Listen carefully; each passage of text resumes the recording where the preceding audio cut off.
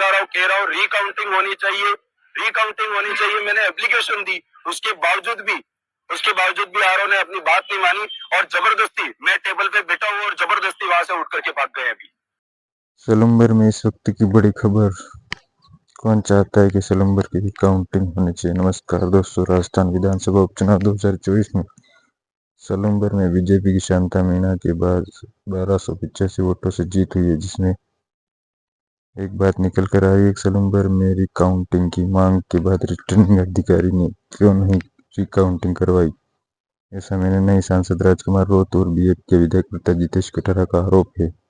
इसमें सलूम्बर में बीएपी के प्रताप जितेश कटारा ने कहा कि मैंने अपनी कुर्सी तक नहीं छोड़ी और मैंने रिकाउंटिंग की गुहार लगाता रहा, लेकिन मेरी बात किसी ने नहीं सुनी। और दरिया विधायक थावरचंद डामोर ने इस विषय पर यह कहा कि सलूम्बर में जो मतगणना हुई, जिसमें अधिकारियों ने सिर्फ बीजेपी के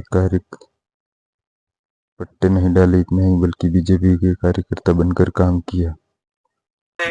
मुझे 1285 वोटों से हराया गया। ऊपर रह करके मैंने जीत करी, मैंने किसी भी प्रकार की अपनी हार एक्सेप्ट नहीं करी। काउंटिंग हो रही है, पूरे टेबल पे लिखने बाकी है और बीजेपी के लोग अंदर आकर के माला पहना रहे हैं और उसमें आरओ खुद इन्वॉल्व है।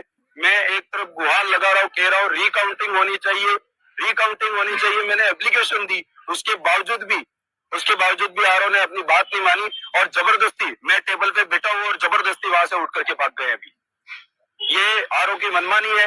आरओ ने बीजेपी का एजेंट बन करके जो आज लोकतंत्र की हत्या करी है और इतने इतने इतने हजारों लोगों की जो उम्मीद थी, उन्होंने आज गलत तरीके से उनके साथ जो व्यवहार किया है वो सरासर गलत है। उसका जनता जवाब देगी और कुदरत भी उसका फैसला जरूर करेगी, क्योंकि मेरी कोई बात बिना माने और अपनी मनमानी करे और बिना लेटर दिए, एक संवैधानिक पद पर है वो, उसकी गरिमा नहीं रखते हुए किसी को जवाब दिए बिना निकल करके भाग गए वो लोग।